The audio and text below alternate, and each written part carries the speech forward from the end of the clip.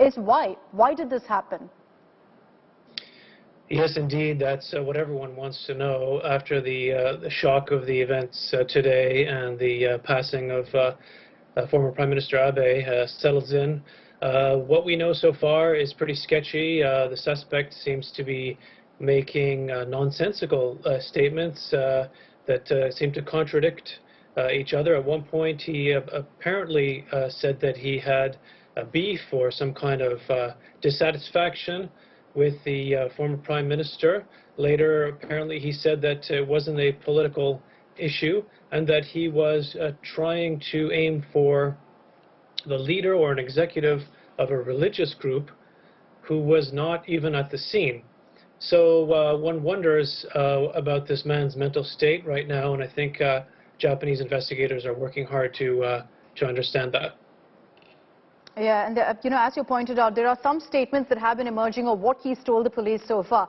But here's a man, 41-year-old local, Tim. He belonged to the Nara city, stepped out, saw this rally happening, but it wasn't a spur of the moment decision. He was equipped. He had this handgun with him, this shotgun with him. Reportedly, at least from the information we gather right now, it was handmade as well. So this was a local who targeted him. Why, we don't know. But there is, of course, a lot of speculation on that.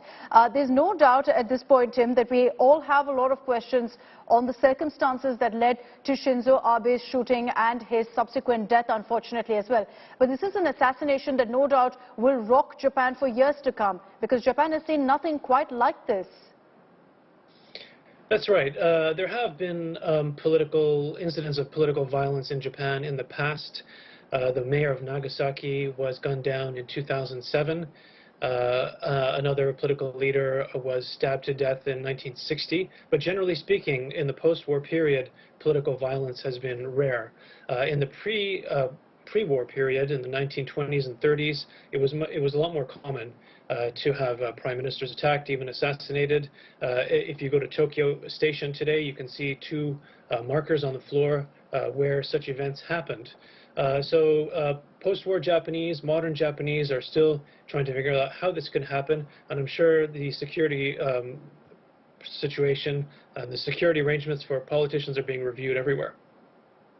Very true, and particularly in Japan, because if you look at this particular incident, and there have been questions, Tim, that have been raised since this came to light, and all of the multiple videos that have been doing the rounds, about the security detail for Mr. Abe, someone who's served as the Prime Minister of the country. But do you think there was really something of particular concern that requires an inquiry, or was it just that that's how Japan is, as a culture was considered to be very safe, and security detail for politicians was always at a minimum?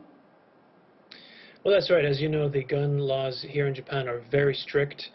To obtain a gun, you have to go through a long process that is difficult, and not too many people want to try to obtain guns here in Japan. And so maybe for that reason, the security arrangements around politicians and some figures is rather light. On the one hand, that makes them approachable. When they're around stumping and giving election speeches, you can approach them and talk with them, maybe shake their hand, that sort of thing. So when something like this happens just out of the blue, when someone uses a what seems to be a homemade firearm to carry out a killing like this, it's stunning.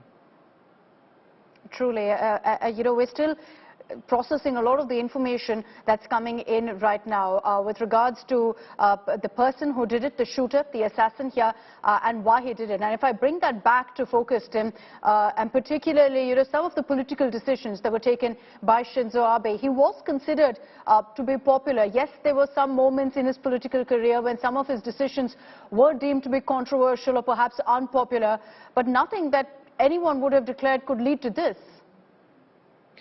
That's right. It's pure speculation, of course, but former Prime Minister Abe always seemed to be a champion of Japan's military. He was pushing to have Japan's post-war constitution revised, to have the self-defense forces officially recognized in the constitution. So just speculating that this suspect was part of what is Japan's Navy more than 15 years ago, 20 years ago, it's odd to imagine that he had some kind of beef related to those things. Maybe he had a complaint due to something else. And Prime Minister Abe, of course, saw his share controversy. For example, in the COVID pandemic, he was criticized for his measures to try to contain the infection. So it's really hard to imagine what this person had in mind when he decided to shoot former Prime Minister Abe. You know, when you look at the kind of details that are emerging, and when it first broke, the news of Shinzo Abe being shot at him, there was speculation that perhaps this was an outsider who did it. So it did come with a great amount of shock that this was a local. This was someone who lived in Nara city, a 41-year-old who decided to shoot at Prime Minister Shinzo Abe. What do you think this will really mean for Japan going forward? Well, going forward, we have an upper house election in a few days. And I expect that the Liberal Democratic Party will perhaps gain some support at the polls from this incident. Japan will probably take a good look at the safety of society here. We've had other incidents in which random people have been attacked by people with mental issues, and we've seen some reaction to that with for example, staff at railway companies trying to train in order to better deal with these kinds of incidents. So in Japan, sometimes it seems like we live in a sort of safety bubble with very few firearms, and incidents like this can really burst your bubble in a way to when you realize that violence is just around the corner.